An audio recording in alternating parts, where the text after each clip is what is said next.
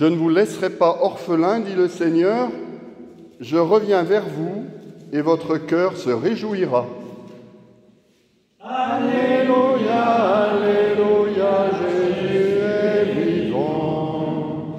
Alléluia, Alléluia, Jésus est vivant. Le Seigneur soit avec vous. Et avec toi aussi. Évangile de Jésus-Christ selon saint Jean. En ce temps-là, les yeux levés au ciel, Jésus priait ainsi. Père Saint, je ne prie pas seulement pour ceux qui sont là, mais encore pour ceux qui, grâce à leur parole, croiront en moi. Que tous soient un, comme toi, Père, tu es en moi et moi en toi. Qu'ils soient un en nous, eux aussi, pour que le monde croie que tu m'as envoyé. Et moi, je leur ai donné la gloire que tu m'as donnée, pour qu'ils soient un, comme nous sommes un. Moi en eux, et toi en moi. Qu'ils deviennent ainsi parfaitement un, afin que le monde sache que tu m'as envoyé et que tu les as aimés comme tu m'as aimé. Père, ceux que tu m'as donnés, je veux que là où je suis, ils soient eux aussi avec moi, et qu'ils contemplent ma gloire, celle que tu m'as donnée, parce que tu m'as aimé avant la fondation du monde. Père juste, le monde ne t'a pas connu, mais moi je t'ai connu, et ceux-ci ont reconnu que tu m'as envoyé. Je leur ai fait connaître ton nom, et je le ferai connaître pour que l'amour dont tu m'as aimé soit en eux, et que moi aussi je sois en eux. Acclamons la parole de Dieu. Louange à toi, Seigneur Jésus.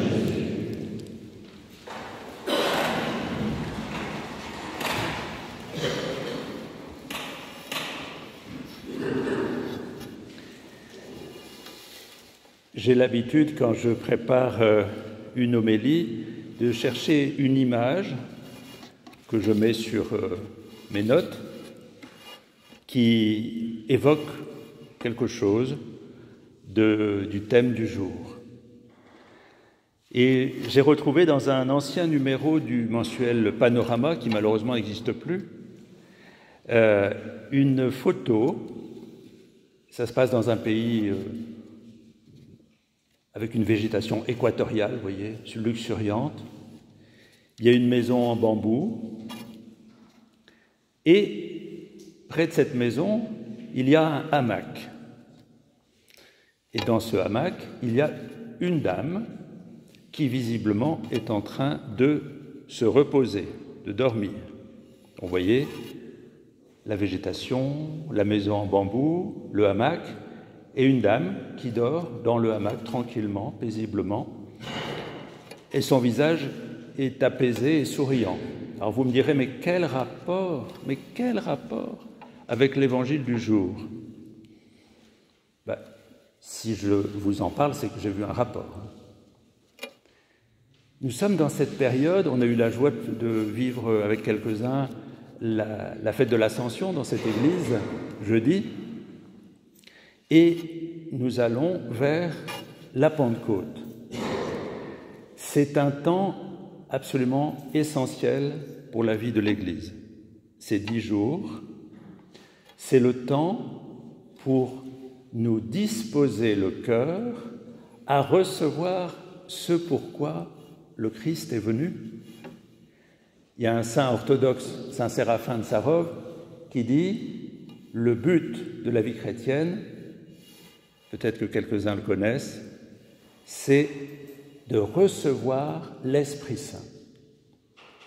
Si le Christ s'est incarné, s'il a sillonné la Palestine, si il a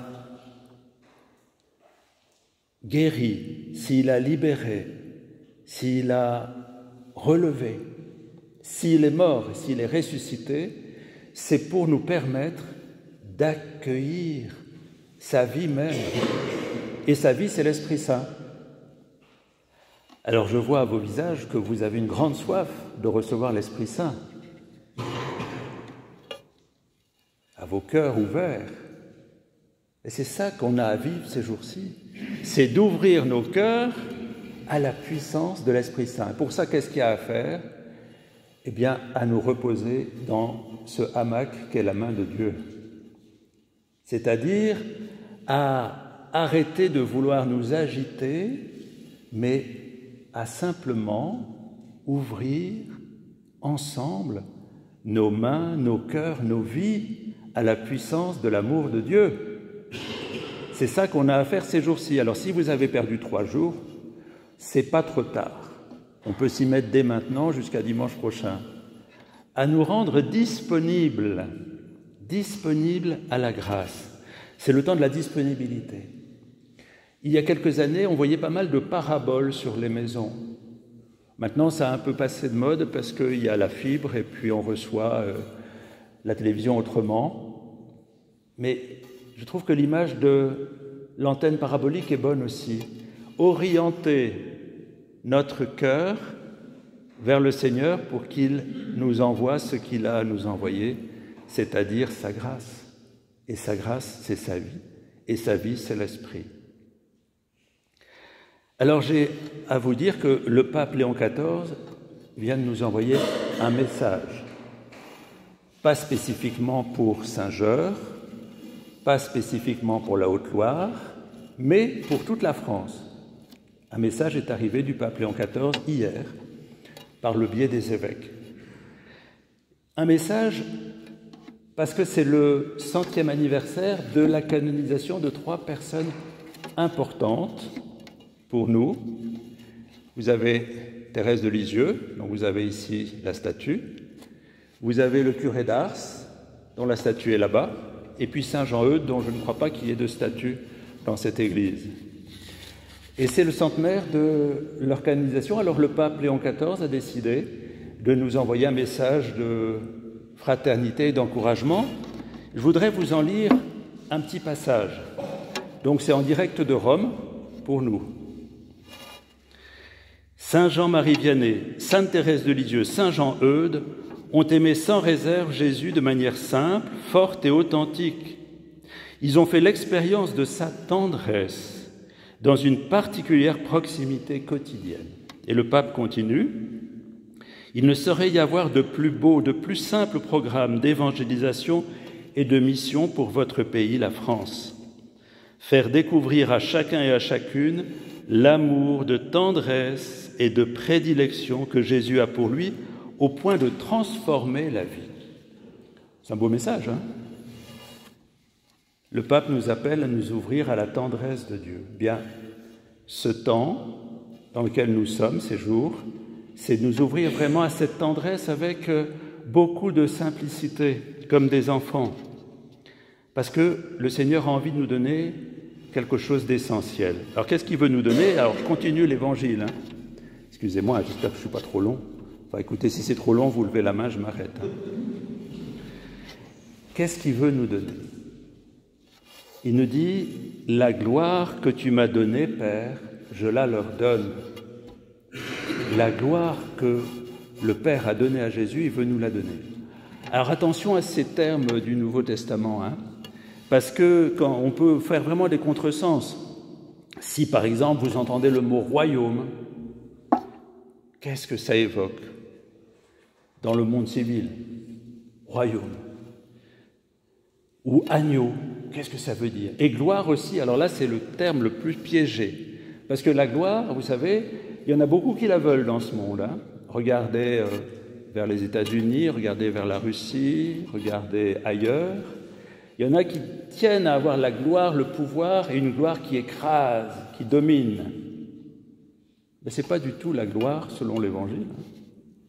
La gloire pour Jésus, elle se manifeste merveilleusement et totalement Ce qu'on fait le jeudi saint quand il lave les pieds de ses disciples, le vendredi saint quand il donne sa vie, c'est ça sa gloire. Et son trône, c'est une croix. Parce que la gloire du Christ, c'est la vie qu'il reçoit du Père. Ce n'est qu'amour, ce n'est que don.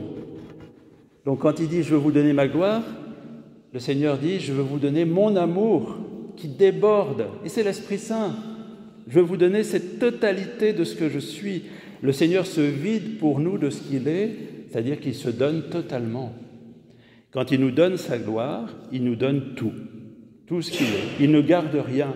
Vous savez, il y a une parabole, la parabole qu'on appelle de l'enfant prodigue. Et il y a le frère aîné qui est assez furieux parce que le père a reçu celui qui avait été faire n'importe quoi. Il l'a remis dans ce qu'il est comme fils. Et le père lui dit « Mais tout ce qui est à moi est à toi.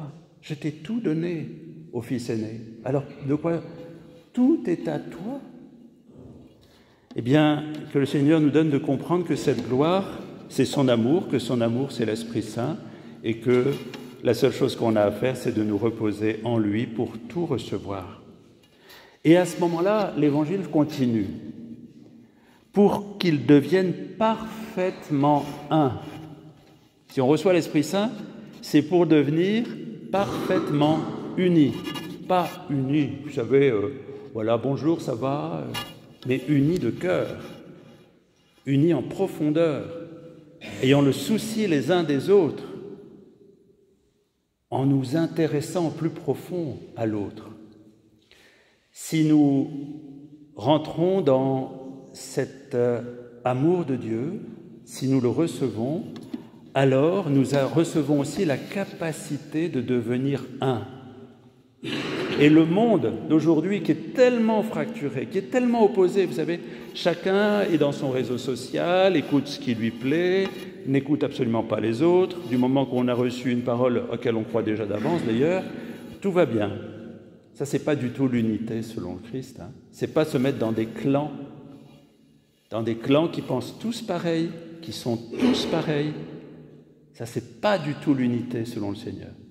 L'unité en Dieu, c'est dans la diversité.